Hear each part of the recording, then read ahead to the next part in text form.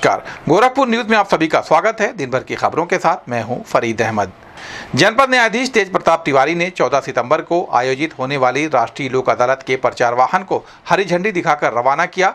दीवानी न्यायालय परिसर में आयोजित इस अदालत में आपराधिक शमनीय वाद, धारा 138 पराक्रम लिखित अधिनियम, बैंक वसूली वाद, मोटर दुर्घटना प्रतिकर याचिकाएं, पारिवारिक वाद, श्रम वाद, भूमि अधिग्रहण वाद, विद्युत एवं जल बिल विवाद, सर्विस वाद, किराया सुखाधिकार, व्यादेश विशिष्ट अनुतोषवाद और अन्य मामलों का सुलह समझौते के आधार पर निस्तारण किया जाएगा। न्यायाधीश तिवारी ने बताया कि प्रीलिटिगेशन स्टेज पर मामलों का भी निस्तारण किया जाएगा। यातायात चालानों का भुगतान vcourts.government.in वेबसाइट पर ई पेमेंट के माध्यम से ही निस्तारण करा सकते हैं। उन्होंने जनता से अपील की कि जो भी वादकारी अपने वादों का निस्तारण कराना चाहते हैं वे संबंधित न्यायालय में आवेदन दें। इस अवसर पर जनपद न्यायाधीश, सचिव जिला विधिक सेवा प्राधिकरण विकास सिंह सहित अन्य लोग मौजूद रहे। इस संबंध में गोरखपुर न्यूज से बात करते हुए जनपद न्यायाधीश तेज प्रताप तिवारी ने कहा, हर बार की तरह चूंकि गोरखपुर से अच्छे खासे मामलों का निस्तारण होता रहा है, तो उत्तर प्रदेश राज्य विधिक सेवा प्राधिकरण की तरफ से एक वाहन आया है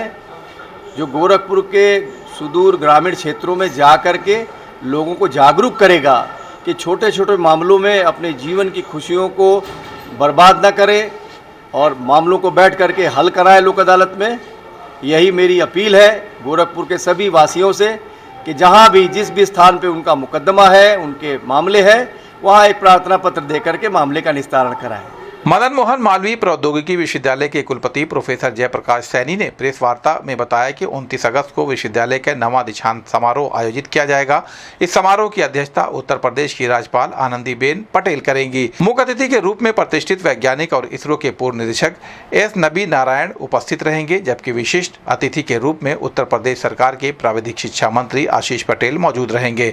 इस अवसर पर 1462 विद्यार्थियों को उपाधियां प्रदान की जाएंगी, जिनमें 1021 पुरुष और 369 महिला अभ्यर्थी शामिल होंगे। उत्कृष्ट प्रदर्शन करने वाले छात्रों को 42 स्वर्ण पदक प्रदान किए जाएंगे, जिसमें 1 कुलाधिपति स्वर्ण पदक, 19 कुलपति स्वर्ण पदक और 22 प्रायोजित स्वर्ण पदक शामिल है। बीटेक की सभी शाखाओं में सर्वोच्च अंक प्राप्त करने वाले छात्रों को कुलाधिपति स्वर्ण पदक से सम्मानित किया जाएगा। इस वर्ष बीटेक इलेक्ट्रॉनिक के टॉपर उदिशा सिंह को कुलपति स्वर्ण पदक प्रदान किया जाएगा।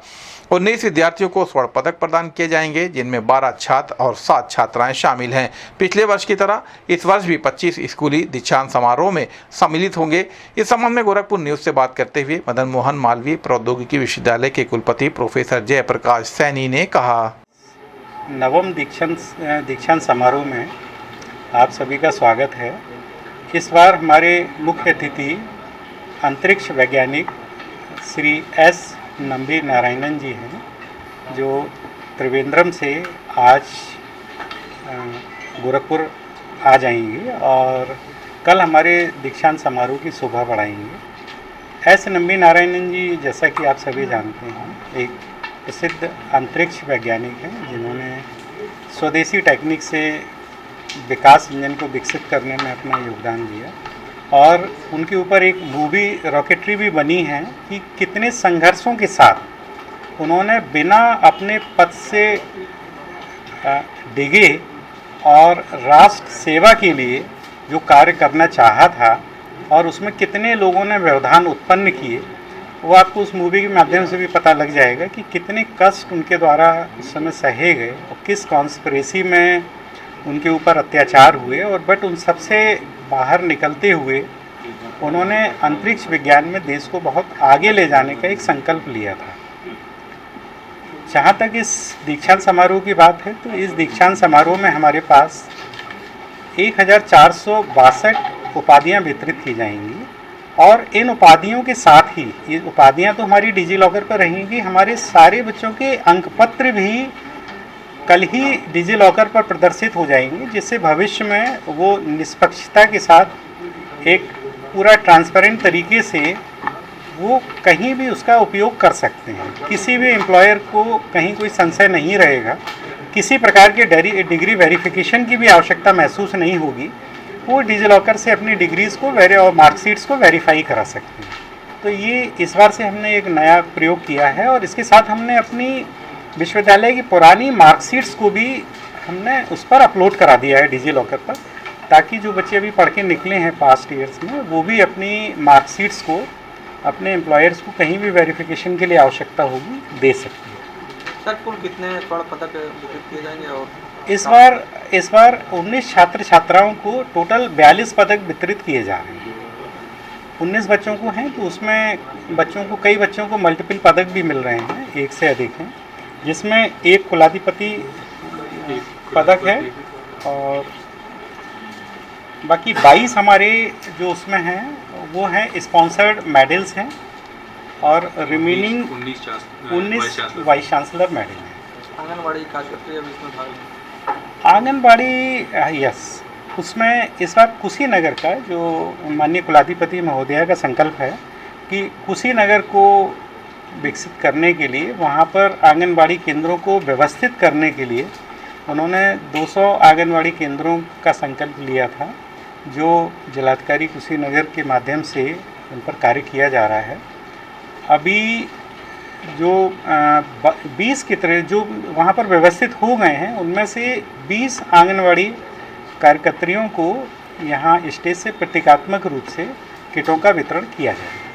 बच्चे जैसे रूरल एरियाज़ में जाके काम करते हैं डिग्री के साथ साथ, बट उनको समाज के साथ एक व्यवस्थित तरीके से कैसे जोड़ा जाए, इसके लिए एक सोशल इंटर्नशिप विश्वविद्यालय द्वारा की गई है, जिसमें 80 से 100 घंटे उसको किसी एनजीओ के साथ जुड़ के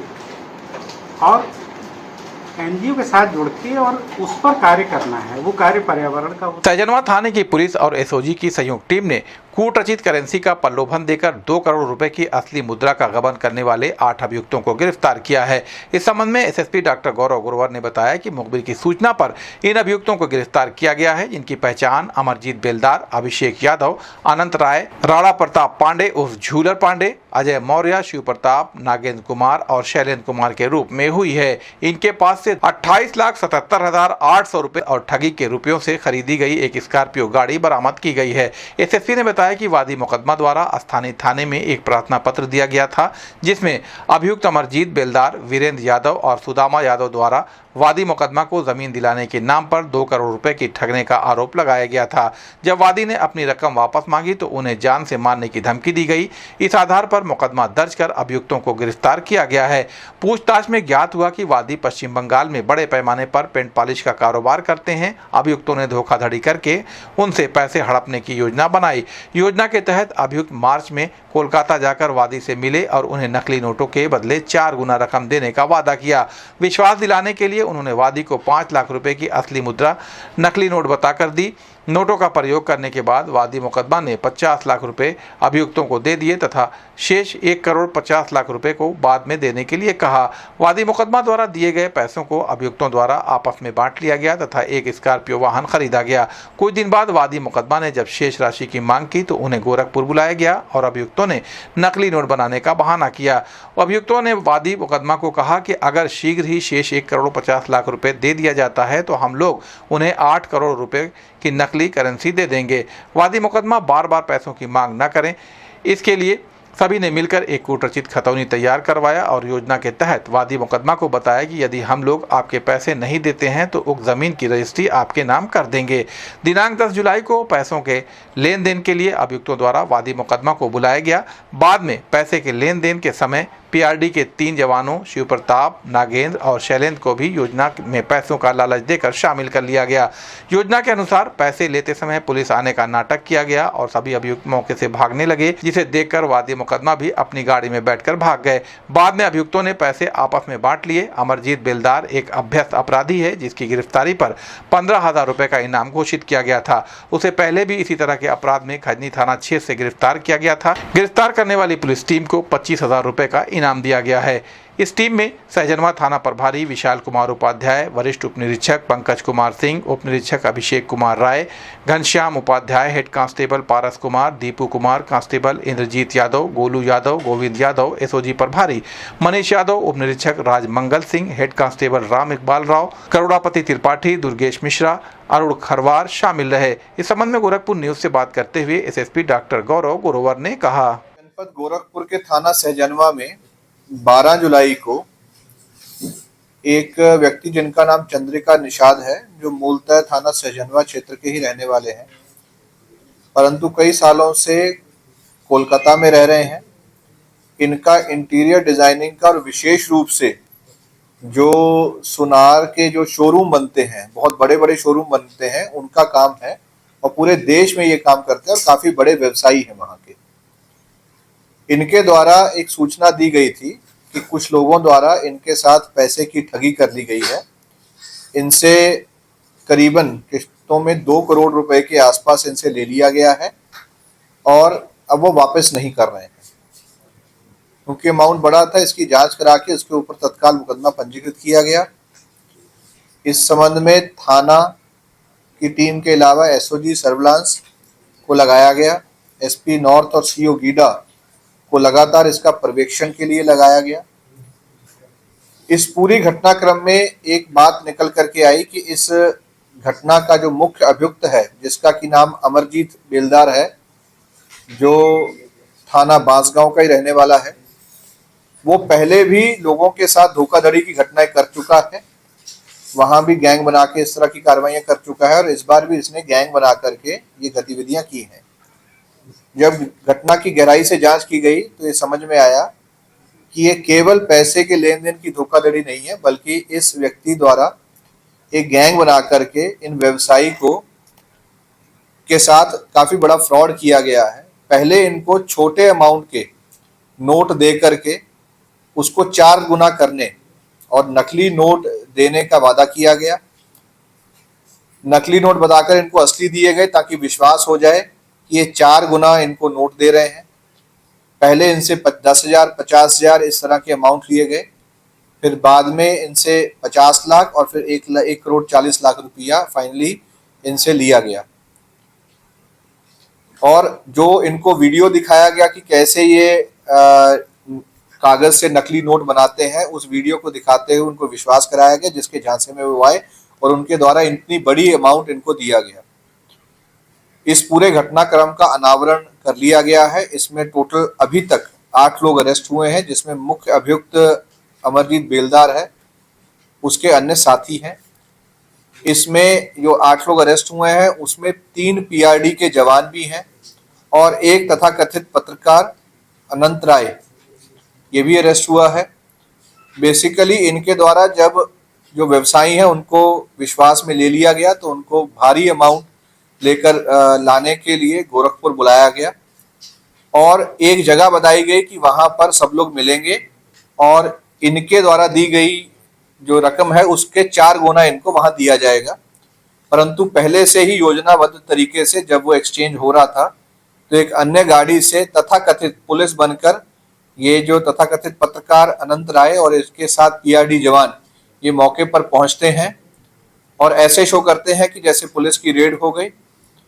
क्योंकि ये जो व्यवसायी हैं ये अपने आप को किसी भी ऐसी चीज में फंसता नहीं देखना चाहते थे, तो इनको डरा धमका के वहां से भगा दिया जाता है और इनके द्वारा जो रकम ली जाती है उसको अपने पास रख लिया जाता है और बाद में भी यही बताया जाता है कि पुलिस की रेड हुई है जिसमें कि ये पैसा ले लिया गया। तो जब इनके द्वारा पुलिस को बताया गया तो पूरी इस घटना का अनावरण हुआ है। इसमें जो 8 लोग अरेस्ट हुए हैं उनके कब्जे से इस घटना में जो रकम थी उसमें से 28,77,800 रुपए की रिकवरी हुई है। इस घटना में और भी कई लोग शामिल हैं और भी मुख्य अभियुक्त के जो अन्य साथी हैं जिनके पास और भी अमाउंट उनके पास है वो अभी इसमें फरार हैं। उनके लिए लगातार टीम दबिश दे रही है। इसमें जिस व्यक्ति का जो रोल रहा है, जिसने जो रोल निभाया है, जिसका इसमें इनको सहयोग रहा है, उन सभी के ऊपर कार्रवाई प्रस्तावित है। जल्द ही इनके सभी को अरेस्ट करके बाकी की रकम भी इसमें रिकवरी की जाएगी और इनके ऊपर आगे चल के गैंगस्टर की कार्रवाई और ये जो मुख्य अभियुक्त है अमरजीत बेलदार, क्योंकि पहले भी इस तरह की घटनाएं कर चुका है, इसके ऊपर गैंगस्टर के साथ साथ इसकी प्रॉपर्टी जब्तीकरण, हिस्ट्री शीट वगैरह सारी कार्रवाइयाँ इसके ऊपर की जाएंगी। ये बहुत ही मेहनत का काम पिछले ऑलमोस्ट 1.5 महीने से पुलिस द्वारा किया जा रहा था, जिसके लिए मैं पूरी जो हमारी टीम है, विशेष रूप से एसओजी टीम जिसमें इसमें बहुत इसमें योगदान दिया है उनको 25,000 रुपए का नगद पुरस्कार घोषित करता हूं। गोरखपुर में 61% राशन कार्ड धारकों की ई-केवाईसी पूरी हो चुकी है। आपूर्ति निरीक्षक अरुण कुमार सिंह ने बताया कि शासन के निर्देशानुसार अंत्योदय और पात्र गृहस्थी राशन कार्ड धारकों की ई-केवाईसी की जा रही है। जनपद में कुल 33,51,791 कार्ड धारक हैं, जिनमें से 20,49,000 की ई-केवाईसी पूरी की जा चुकी है। इस तरह हमने 61% का लक्ष्य प्राप्त कर लिया है। हमारी तकनीकी टीम ई-केवाईसी में आ रही समस्याओं को शीघ्र निवारण के लिए प्रयासरत है, ताकि लोगों को कम से कम परेशानी हो।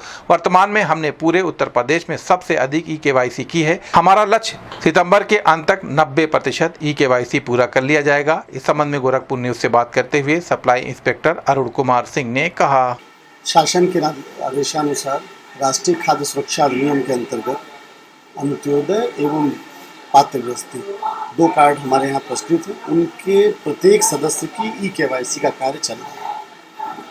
हमारे यहाँ जनपद गोरखपुर में कुल 33,51,791 परिवार, करीब 33.5 लाख परिवार हैं, सदस्य हैं। इनमें से 20,49,000 की केवाईसी हम कर चुके हैं, अर्थात 61% केवाईसी जनपद गोरखपुर में पूर्ण हो चुकी है। देखा जाए केवाईसी कराने कुछ सर्वर का प्रॉब्लम आ रहा है, काफ़ी लोग परेशान हो रहे हैं। देखिए हम लोग लगातार अपनी टेक्निकल टीम के संपर्क में हैं और हम प्रयास कर रहे हैं कि जनता को कोई असुविधा न हो।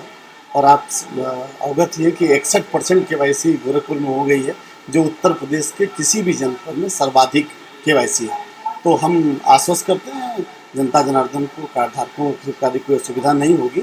हाँ, ये जरूर है कुछ लोग अभी एक्टिव नहीं हैं। मेरा आपके माध्यम से सभी लाभार्थियों से अनुरोध है, कृपया अपनी दुकान पर पहुंचकर ई-केवाईसी कराएं। ई-केवाईसी पूरी तरह निःशुल्क है, शासन के ये निर्देश हैं, हम इसको तत्परतापूर्वक पालन करेंगे। कब तक होना? अब इसकी कोई टाइम लिमिट तो सरकार से नहीं प्राप्त है, लेकिन हमारा लक्ष्य है कि हम 30 सितंबर तक इस कार्य को पूर्ण करें। जनपद में नवंबर माह में मुख्यमंत्री सामूहिक विवाह योजना का आयोजन किया जाएगा। इस संबंध में जिला समाज कल्याण अधिकारी वशिष्ठ नारायण सिंह ने बताया कि यह योजना गरीब परिवारों के लिए अत्यंत महत्वपूर्ण है। इसमें वे परिवार जिनकी वार्षिक आय 2 लाख रुपए से कम है, आवेदन कर सकते हैं। योजना के तहत लड़की की न्यूनतम आयु 18 वर्ष और लड़के की न्यूनतम आयु 21 वर्ष होनी चाहिए। आवेदन प्रक्रिया ऑनलाइन है, जिसमें अभिभावक का आय प्रमाण पत्र, लड़की का बैंक पासबुक, फोटो और आधार कार्ड आवश्यक होंगे। यह सुनिश्चित करना आवश्यक है कि जोड़े की पहले से शादी नहीं हुई है। आवेदक को सामूहिक विवाह कार्यक्रम में भाग लेना अनिवार्य है, जो कि नवंबर माह में आयोजित होगा। योजना के अंतर्गत सरकार 51,000 रुपए की सहायता प्रदान करती है। इसमें 35,000 रुपए सीधे लड़की के बैंक खाते में जमा किए जाते हैं। 10,000 रुपए का उपहार सामग्री के रूप में प्रदान किया जाता है और 6,000 रुपए आयोजन खर्च के लिए उपयोग होते हैं। इस संबंध में गोरखपुर न्यूज से बात करते हुए जिला समाज कल्याण अधिकारी वशिष्ठ नारायण सिंह ने कहा, मुख्यमंत्री सामूहिक विवाह की योजना जो है वो गरीब घर के अभिभावकों के लिए बहुत ही एक वरदान सिद्ध हो रही है। इसमें जिन लड़की के माता पिता की वार्षिक आय जो है अगर 2 लाख रुपए वार्षिक से कम है तो वो लोग इसके लिए आवेदन कर सकते हैं। लड़के की उम्र 21 वर्ष और लड़की की आयु 18 वर्ष होनी चाहिए न्यूनतम। इसके लिए ऑनलाइन आवेदन की व्यवस्था है, जिसमें कि आय प्रमाण पत्र लगेगा अभिभावक का, लड़की का बैंक पासबुक, दोनों की आयु के प्रमाण पत्र, फ़ोटो, आधार कार्ड इत्यादि उसमें के साथ ये ऑनलाइन आवेदन किया जाएगा। इसमें शर्त यह है कि जोड़े जो हैं वो शादीशुदा नहीं होने चाहिए। और मुख्यमंत्री सामूहिक विवाह योजना के अंतर्गत लाभ लेने के लिए आवश्यक है कि वो लोग जो कार्यक्रम जब संपन्न होंगे, जिस तिथि पर निर्धारित होंगे कार्यक्रम, वहाँ आके इनको उसमें विवाह समारोह में प्रतिभाग करना होगा। सर, ये कब कार्यक्रम होगा? देखिए, ये पूरी तरह से जो मांगलिक तिथियां हैं उन्हीं पे विवाह कार्य संपन्न कराए जाते हैं। तो वर्तमान में मांगलिक तिथियां जो हैं वो नवंबर में शुरू हो रही हैं इस वित्तीय वर्ष में, क्योंकि पहले आचार संहिता के चलते टेंडर वगैरह नहीं हो पाए थे, इसलिए गर्मियों में जो मांगलिक तिथियां थी उन पे विवाह कार्यक्रम संपन्न नहीं। सर, लेन देन की बात करें सर, क्या सहायता है लोगों को? इसमें प्रति जोड़े 51,000 रुपये का बजट आवंटित होता है, जिसमें से 35,000 रुपये सीधे लड़की के खाते में जाते हैं, 10,000 रुपये की उपहार सामग्री दी जाती है और 6,000 रुपये आयोजन खर्च के रूप में व्यय किए जाते हैं।